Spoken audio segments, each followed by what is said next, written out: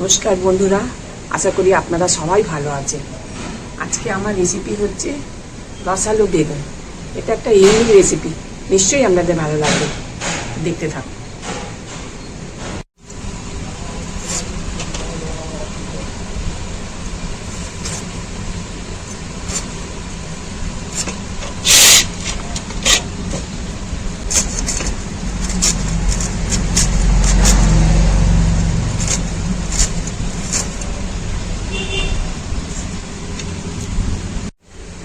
বেগুনটা মাঝখান থেকে একটু একটু চিড়ে নিতে হবে, চার ফালা করে।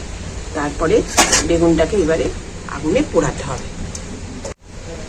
কড়াটা গরম হয়ে গেছে, এবারে তেলটা দিয়ে দেবো। একটু পাঁচফোড়ন দিয়ে দেবো, দুটো তেজপাতা দিয়ে দেবো। ফোড়ন হয়ে গেছে, এবারে আলুগুলো আমি সব ঢেলে দেবো।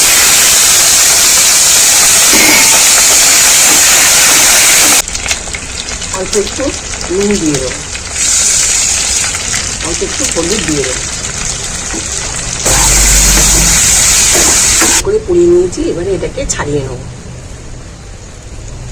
বেগুনটা ছাড়ানো হয়ে গেছে, এবারে একে একে সমস্ত মশলাগুলো দিয়ে দেবো। লঙ্কাটা দিয়ে দেবো, একটু হলুদ দিয়ে দিলাম। আমি আগে থেকে টক দইটাকে ফাটিয়ে রেখেছি, দইটা দিয়ে দিলাম।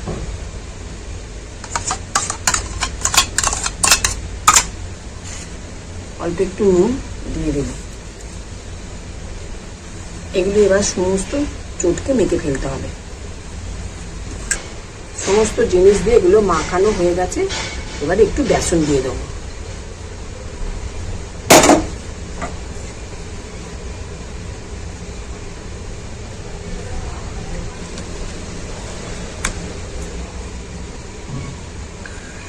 গরম হয়ে গেছে, এবারে তেল দিয়ে দেবো।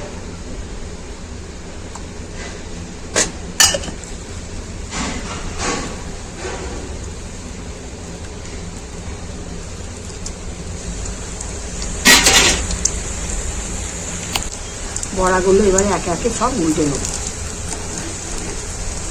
ভাজা হয়ে গেছে, এবারে একে একে সব তুলে নেব।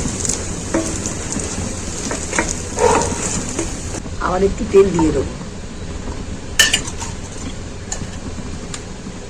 তেল গরম হয়ে আছে, পেঁয়াজগুলো দিয়ে দেবো।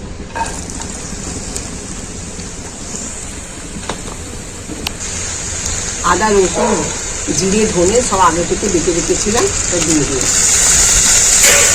কাশ্মীরি লঙ্কা একটু দিয়ে দিলাম, ঝাল লঙ্কা দিয়ে দিলাম।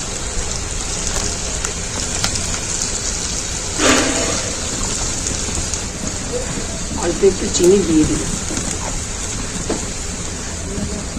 একটু লবণ দিয়ে দিলাম। টমেটোটা বেটে রেখেছিলাম, দিয়ে দিলাম। আলুগুলো আগে সেদ্ধ করে রেখেছিলাম, এবারে ঢেলে দেবো।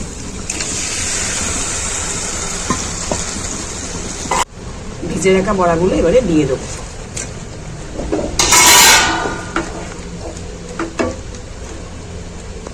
একটু ঘি দিয়ে দেবো, হয়ে গেছে আমার রান্না।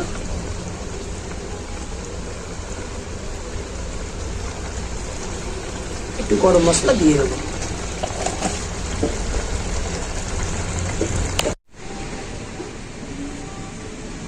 আজকে আমাদের রেসিপি ছিল বেগুনের রসা। এটা আপনারা বাড়িতে করে খাবেন।